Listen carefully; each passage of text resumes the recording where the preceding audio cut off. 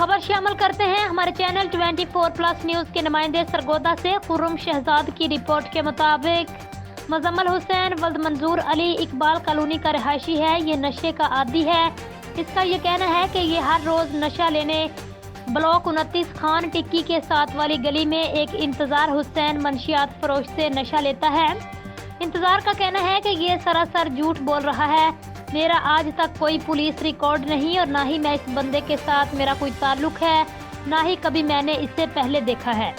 ये पुलिस को गुमराह कर रहा है। इससे पीछे वजह यह है कि मेरा कल डिवोर्स हुआ, इसलिए मुझे बदनाम करने की कोशिश की जा रही है। इस वीडियो के पीछे मास्टरमाइंड और लोग हैं। मेरी डीपीओ सरगोदा आईजी पंजाब से अपील है, इस मुजम्मिल को गिरफ्तार करें और इन्वेस्टिगेशन भी करें। इसके मास्टरमाइंड हैं, इनको सामने लाएं। मैं एक हाफिज़े कुरान हूँ, मेरी मोहल्ले से इन्वेस्टिगेशन करवा सकते हैं। मैं आउट ऑफ कंट्री होता हूँ। कुछ वेब चैनल पर मेरे खिलाफ वीडियो के जरिए प्रोपेगेंडा किया जा रहा है।